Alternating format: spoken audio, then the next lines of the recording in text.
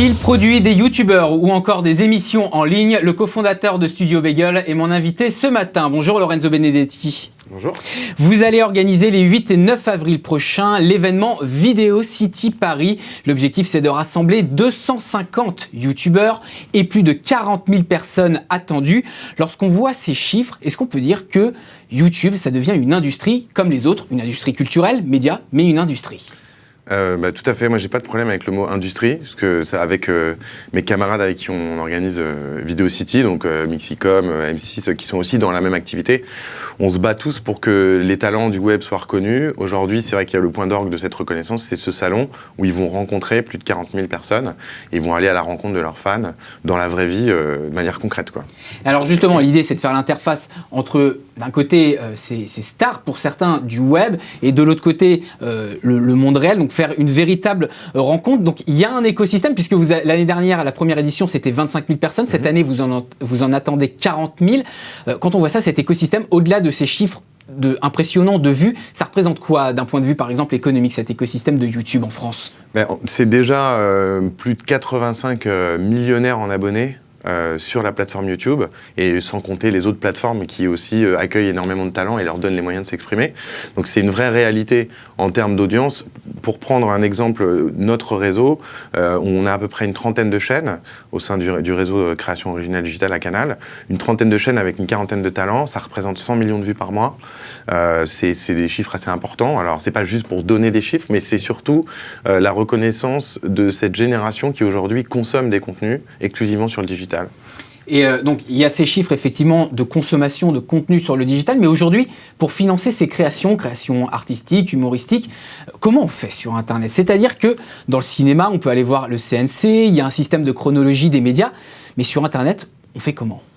Sur Internet, déjà, on se comporte comme un entrepreneur ou comme une start-up. C'est-à-dire qu'on a des convictions sur certains talents, et ensuite on va investir sur la création de leur chaîne, où on va les aider à se développer avec un peu d'investissement, mais surtout un peu de moyens. C'est pas que de l'argent, nous, qu'on va aller chercher pour investir dans les chaînes, c'est aussi des moyens qu'on met à la disposition des talents. C'est-à-dire un accompagnement artistique avec mes équipes artistiques, mais aussi des studios. Alors là, nous, on est intégré au groupe Canal depuis 2 ans, donc c'est le lien qu'on fait aussi avec l'antenne, les opportunités qu'on peut leur apporter. Donc voilà, c'est tout ça qui fait qu'aujourd'hui, on arrive à épanouir plus d'une trentaine de talents en fait qui font des chaînes. Et toujours sur le sujet donc de cette création sur Internet et de son financement, lorsque vous voyez que les députés français, à l'inverse de ce que souhaitait le gouvernement, ont voté en décembre dernier cette taxe YouTube dont on ne va pas rentrer dans les détails, mais l'idée c'est de prélever une somme sur les revenus publicitaires des plateformes en ligne. Vous leur dites quoi aux députés ? Je leur dis merci et bravo, parce que c'est une grande audace de faire ça, et je dis aussi merci et bravo au CNC, parce qu'en fait le CNC n'attend pas. C'était lors des vœux de Frédéric Bredin en décembre, elle a communiqué auprès du grand public en disant que justement elle n'attendait pas que ça soit validé par le Sénat, par les instances européennes, et qu'elle actait d'emblée ce fait, et que du coup elle allait commencer à mettre en place cette aide dès cette année. Donc ça, c'est une grande nouvelle pour nous. Alors bien sûr, ça ne va pas ouvrir des vannes de fonds infinis, mais c'est 2 choses. Une reconnaissance de ce secteur qui fait partie de la création culturelle, comme vous le dites, c'est une industrie culturelle comme les autres. Et ensuite, ça va être, je pense, l'occasion de financer des projets qui ne sont pas forcément commerciaux, parce que nous, aujourd'hui, on finance beaucoup par le biais des marques et de la publicité. Là, on va pouvoir prendre peut-être encore plus de risques sur la création et aller s'intéresser à d'autres thématiques qui ne sont pas investies aujourd'hui grâce à cette aide du CNC. Et certains ont pointé le manque de visibilité, voire la difficulté sur l'assiette en question fiscale de cette taxe. Aujourd'hui, d'un point de vue technique, vous en pensez quoi ? Elle est aboutie ? Il va falloir présenter une nouvelle version, évoluer dans le temps ? Je pense qu'aujourd'hui, c'est les prémices, que effectivement, comme vous le dites, ça va être de longues négociations aussi avec les GAFA. Mais je pense Google, Apple, Facebook, Amazon. Bien sûr, ouais. Mais je pense que le CNC a la volonté de ne pas attendre et de s'investir dès maintenant dans la distribution de sommes pour soutenir la création digitale. Allez Lorenzo Benedetti, autre sujet. En novembre dernier, vous êtes devenu également directeur des créations digitales au sein du groupe Canal+.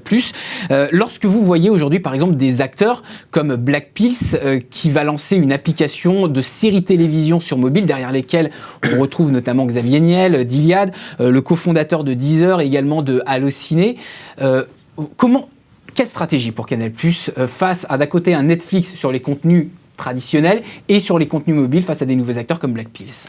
Alors déjà, Black Pills s'est lancé effectivement. Il y a eu Studio Plus aussi du côté du groupe Canal+, qui est géré par Gilles Galu, qui justement fait aussi des séries de 10x10. Alors plusieurs choses. Je pense que il y a une volonté d'adresser un public différent qui va aller consommer de la série mobile. Ça, c'est une réalité de marché, puisqu'on voit qu'il y a des acteurs, le groupe Vivendi, mais aussi Black Pills, qui se lancent sur ce marché. Donc ça, c'est bien parce que c'est la validation du fait qu'il y a une vraie consommation de contenu court avec des points de vue un peu plus alternatifs, puisque ces deux plateformes ont comme point commun le fait d'aller dans la radicalité, dans des concepts assez forts, avec des projets qui vont aller cibler une audience plus jeune.